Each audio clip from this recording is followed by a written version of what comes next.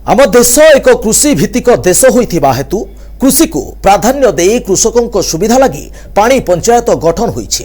सही परिप्रेक्षी में ओडिशा सरकार को निर्देश क्रमे सारा देश में पानी पंचायत पक्ष पालन हो जाइछि। गंजाम जिला बुगुड़ा ब्लॉक अंतर्गत अंतरफड़ा क्षुद्र जलसेचन प्रकल्प पुराणा आगुला ठारे क्षुद्र जलसेचन विभाजन भंजनगर आनुकूल्य विभाजन स्तरीय पानी पंचायत पक्ष पालन समारोह आरंभ हो जाइछि।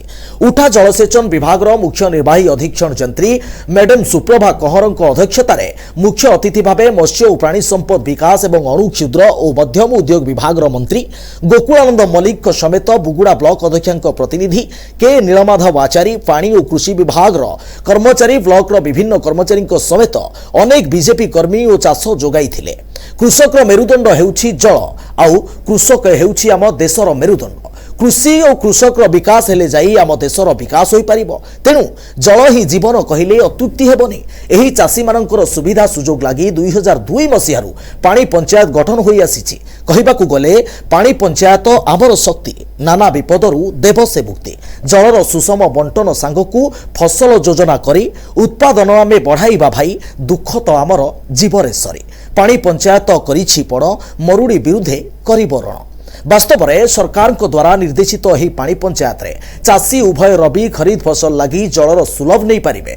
उक्त कार्यक्रम रे चाषी किभली उन्नत मानर चाष रे जल को विनियोग करी जलर समानता जलर संरक्षण सह सुबंटन करी निजे स्वावलंबी होई पारिबे से विषय आलोचना होइथिला। मंत्री गोकुलानंद मल्लिक पानी पंचायत एवं चाषीर उन्नति लगी अनेक उपदेश देवा सह पानी पंचायतर सुरक्षा निमंते शपथ पाठ कराइथिले।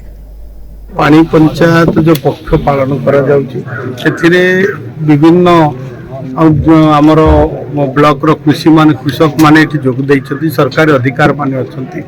जे पानी पंचायत रो आज रो जो मुख्य उद्देश्य होची कृषक मान को सचेतन करबा जलर संरक्षण सहित जलर सुव्यवहार करबा एवं जल को समबंटन करबा समस्त को केमती जल पहुंची पारिबो एवं एथिरे जो विविध कृषि अर्थात आमे जेमती गोटे चाष करी बा केवल धान चाष करी बंद करछे रबी खरीफ रे मध्य केमती फसल करि परिबा विभिन्न चाष करि परिबा एवं रबी एवं ऋतु रे मध्य जल केमती आमे पाई परिबा खरीफ रबी जमी दुईट जगह जल हो पार।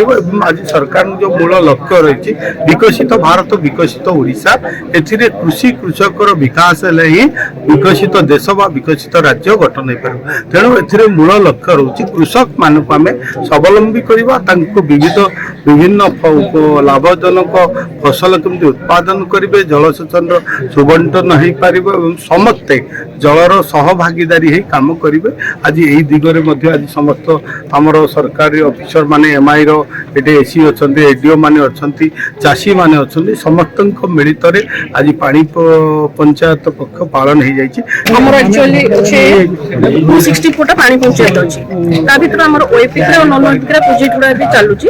ओएपी रे हम 89 टा पानी पंचायत गठन करिछु। तांको मानु को माने अदर जो डिपार्टमेंट अच्छे एग्रीकल्चर हॉर्टिकल्चर फिशरी अच्छा फ्री रे एग्रीकल्चर इक्विपमेंट दौरान विहन दौरान ट्रेनिंग दौरान फ्री रे सहित आम सब वर्ष मीटिंग करोचु द्वारा से निजर भी किसी बेनिफिट्स मैंने पाइले बहुत बेनिफिट्स पाँच। आ नेक्स्ट थिंग हूँ जो काड़ा केनाल करा बर्तमान काड़ा गोड़ा डिपार्टमेंट अच्छे से करुचे सी भी जो एग्रीमेंट हो पानी पंचायत सहित कर तो डेफिनेटली पानी पंचायत वाला को डायरेक्ट से बेनिफिशियल होचुन बर्तमान। शेष में पानी पंचायत पक्ष उपलक्षे विभिन्न विद्यालय होइतिबा प्रतियोगिता रे उत्तीर्ण होइतिबा छात्र छात्री मंत्री द्वारा पुरस्कृत होइतिले। बुगुड़ारू प्रतिभा स्वाईं रिपोर्ट एनटीवी।